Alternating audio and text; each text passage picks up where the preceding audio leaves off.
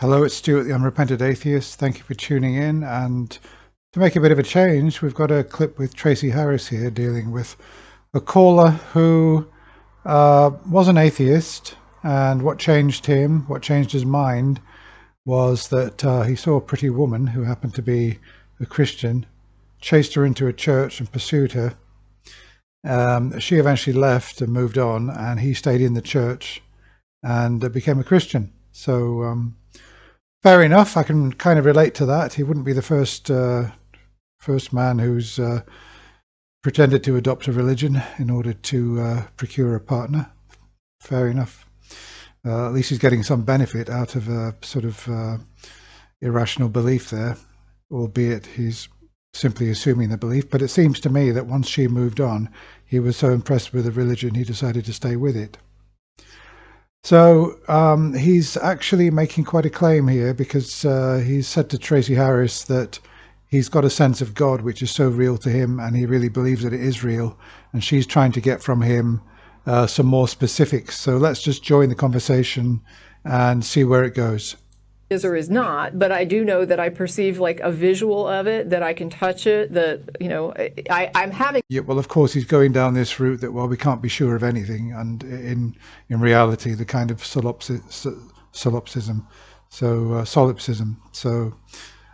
that's why Tracy Harris is saying, well, a reality manifests. For example, my glasses, I can show them, I can demonstrate them, I can show them to somebody else, I can get confirmation from others. You can't do that with God. An experience here, like you're describing an experience, and I am calling this glasses. And I can describe this and I can show it to other people, and we can, you know, compare those experiences. But what I'm asking you is, you're saying that there's a divine origin to this thing. And so first of all, I don't even know what a divine origin is. But I'm asking you, what makes you think that there's anything divine about it? Like, what information do you have about this God based on this experience? What information has this God provided you that we could, you know, somehow recognize it as not? You know, I could say that he explained things to me that were, or such as, you know, the origin of the universe itself. Oh, did you hear that? So God has communicated to this man the actual origin of the universe. I'm all ears. God explained the origin of the universe to you. Did I hear that right? Because there is some breakup. Okay, so you think God explained the origin of the universe to you. What did God tell you about it? You know, like, you know, physicists ask the question, how do we get something from nothing or whatever? Well, the thing is actually, it's more of, you know, impossible to get something from nothing. It's easier to go from something to nothing, and so this is more of like a paradox. You know, there is. Let me ask you a question. I've asked other people this, but I want to ask you this. Oh, I didn't quite get that. God has presented him with a paradox where apparently it's easier to go from something to nothing than from nothing to something. How does that explain the origins of the universe? To see what your view is. Can nothing exist? I mean, can't be observed as unobservable. If something, I don't even know how to ask. I don't even know how to. You know, God. I mean, if there is a God and he created the universe, he's not really provided him with much of an explanation there, has he? Just to say that it's easier for something to go to nothing than for nothing to go to something. Is that it?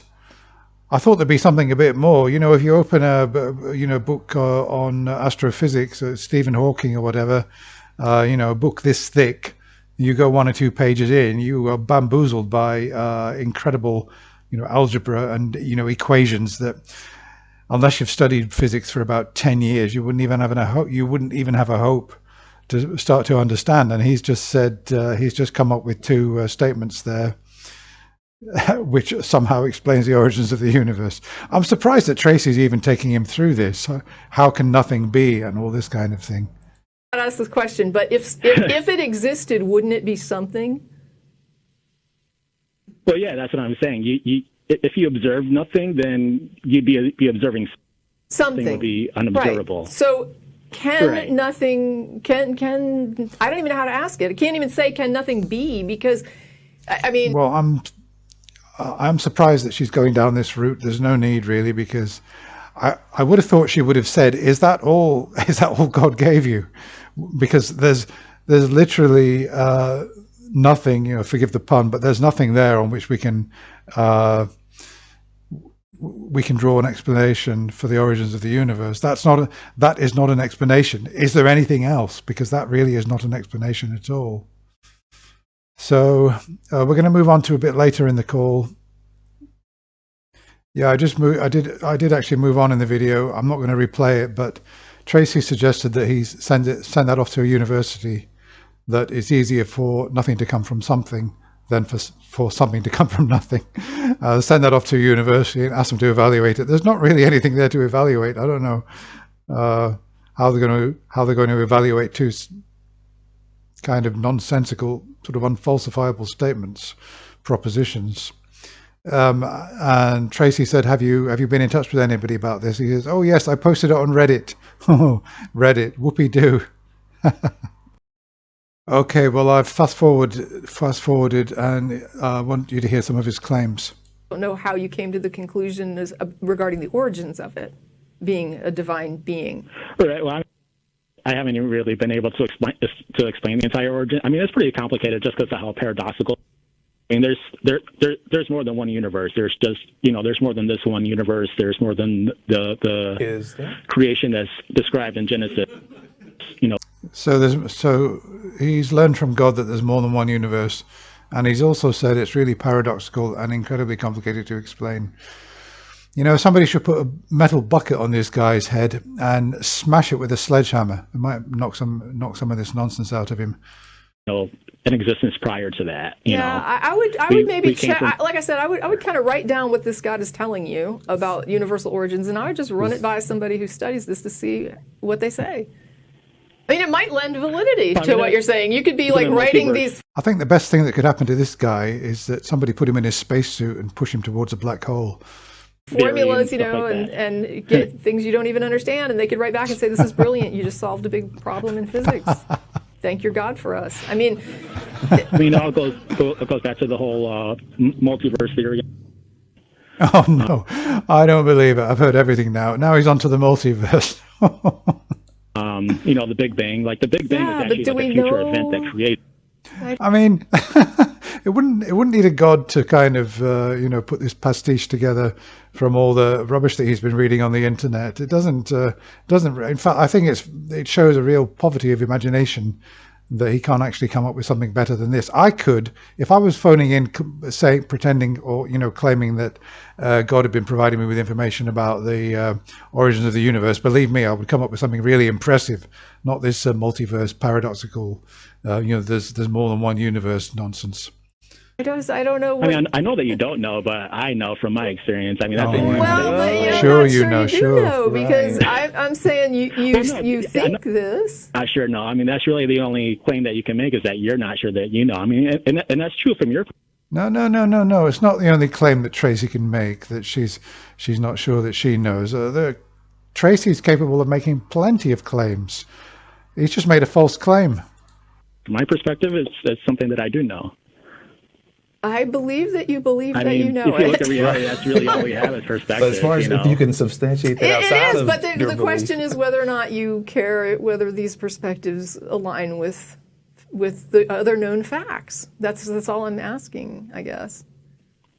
Well, I mean, from what I know from physics, all these other theories, they are actually all in line. Like every sort of ever heard, they all sort of line up with this. I mean, what lines up with what?